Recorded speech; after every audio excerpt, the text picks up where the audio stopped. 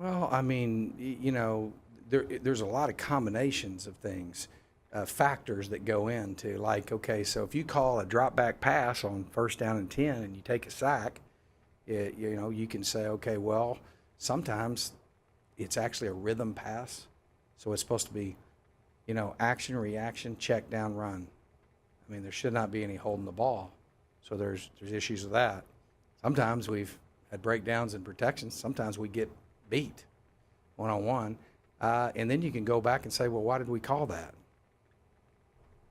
So you got to call the things that are, I think that's part of being adaptive to what you can do. That's where I'm working with on both sides of the ball.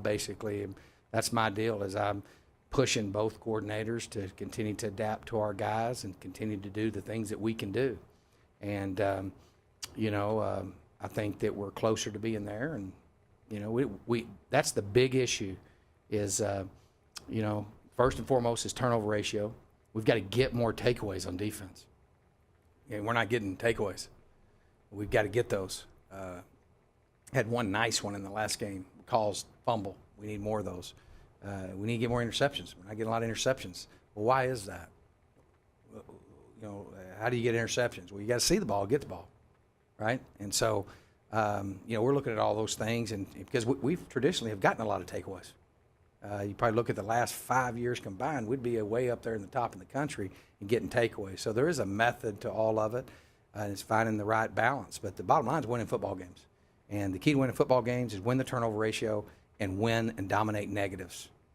So obviously, just since Crump's been out, our sack totals has gone down a little bit in the last game, TFLs and those type things. And you have to look at, there's a combination of things you have to look at. But on the same hand, I think you've seen the potential that we can play at against Oregon.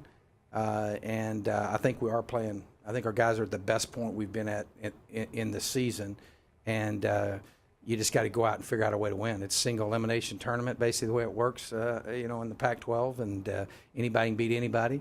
But the key every week, if you just look at those two categories, look at turnover ratio, and you look at negatives. Third one's explosives. But those are the things. I mean, that you have to have, and it's one, then two, then three. So. I think that we've gotten better up front on the offensive line. I think we have guys that can do what we're asking them to do. It's just make sure we eliminate the defects. That's the biggest thing you want to do. You want to eliminate the plays that people are not doing what you're supposed to be doing on. And I think we've had a great week and a half of practice so far, and this is the best team on our schedule. So we know what we got to do. We got to go play our best game. That's what we intend on doing.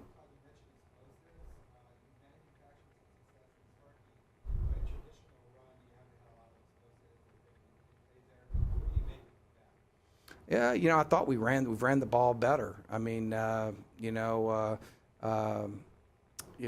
think the key is what is it that we do? We're a zone, inside outside zone team, gap scheme team, and the read zone RPOs, and many of the things that you have when you're that type of game, type of team, is taking the throws.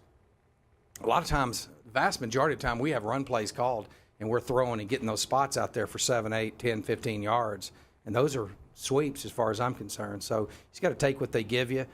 We've got the capabilities. I mean, 7 breaks it, he can go, and we just got to get the ball. That's the biggest thing, is getting the ball to our guys, and we got a lot of guys. I mean, who do you want to get the ball to on offense? I mean, I can list 5 guys pretty quick, and the big thing is not having those plays. You go back and look at when we're successful offensively. If you look at it, a lot of times it's the beginning of the half, whether it be the first half or second half. It's when we got plays scripted. And so it's because there's a lot of thought gone into what we're doing there. It's not just scheme. It's getting the ball to your best guys. So I don't know. I think those things will come. I think a lot of it is just continuing to getting better at what we're doing and being committed to it. I think that was the main thing, is being committed to run the football, and you got to call it. And that's big. CJ's really stepping up. I think CJ's really playing, and Tommy's very capable. We both those guys need to play an important role in what we're doing. I think Nick Ralston it can play an important role to us in a three-back situation as well. But no, I think they've progressed well. I think CJ's really got a very high ceiling.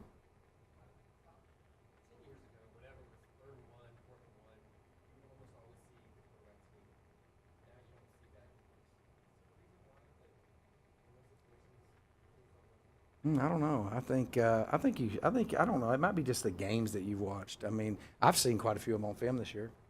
But Washington runs it. We haven't run a quarterback sneak. Yeah, I guess we don't run quarterback sneak. I don't know. I'll tell you what drives me crazy. What drives me crazy is 4th and a foot and getting a shotgun. That drives me crazy. So. I think it's people probably defend it pretty well, getting solid up inside or whatever. But I don't think that. I think as you go down the stretch, you probably see more of that. I know Washington does a great job of running it. They do it on tempo play and do a pretty good job. I mean, fourth and a foot, man, it ought to be what you ought to run. What I think. Unless you're playing in the conference championship game against Stanford on the 1 foot line, then you don't run it.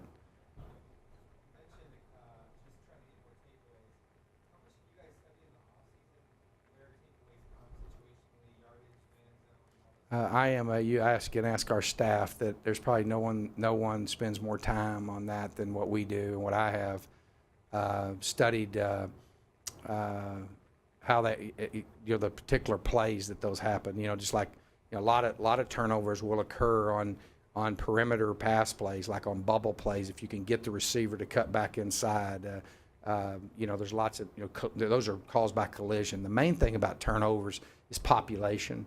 The more population you have around the football, the more turnovers you're going to get. The other part of it is in getting interceptions has a lot to do with preparation and with scheme and being able to through detailed preparation, those things happen as well. But and then a lot of them happen through contact, through what we call putting attacking the football. And so if you are playing in the other team's backfield, why I've always been a component of what we've done here is we were, when you're getting TFLs and you're getting sacks, those are high volume plays for the ball coming out. And every time you hit the quarterback, there's probably more fumbles from the quarterback position than any other fumble if you study and you look at it. And then the next group that you try to attack are receivers. Receivers turn the ball over. Punt returners turn the ball over that don't normally. Running backs are the ones that work the hardest at taking care of the football, but there's things that you can do to getting them in traffic when they're falling forward.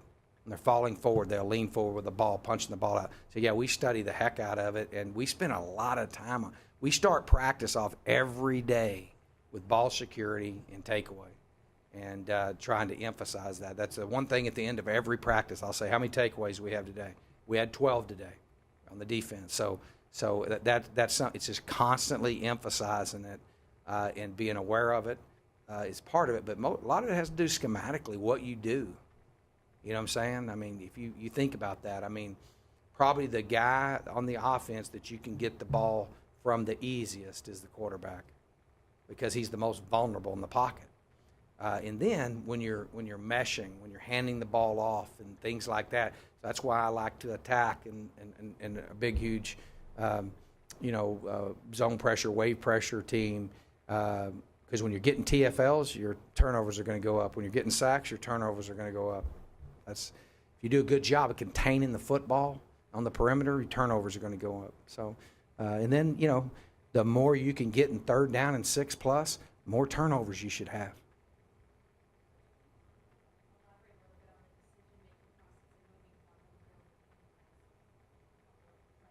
Yeah, we haven't moved him over. He's actually playing both sides of the ball. He repped some today on offense. He'll rep a whole bunch more tomorrow on offense. because of the injury to Joey Bryant and our lack of experience and younger guys there, we're just taking a look at that. Yes.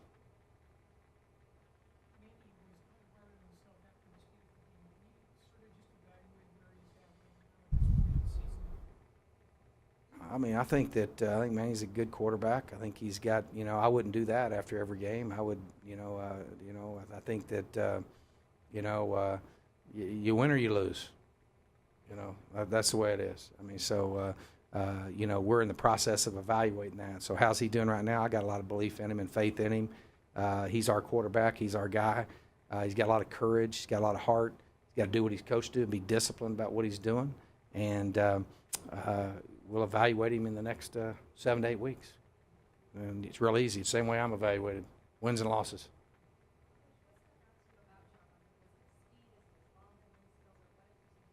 Well, yeah, he's the, as we look around, we're trying to find guys that have corner skills. He's a guy that has them. 10-4, 10 whatever, 100-meter guy.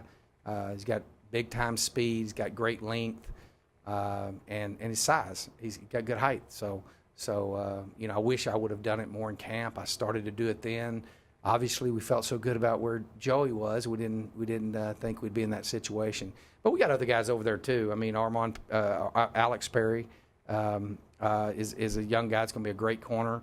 I think Cornet's a guy that can continue to get better. He's another guy that I think, and Mo is coming along. Mo has actually had a good couple of weeks. So, we just, to have a guy that has he's probably as fast as anybody on the field, and in this league, to be successful, you got to have guys that can play man to man at corner. So that's why we're looking at it.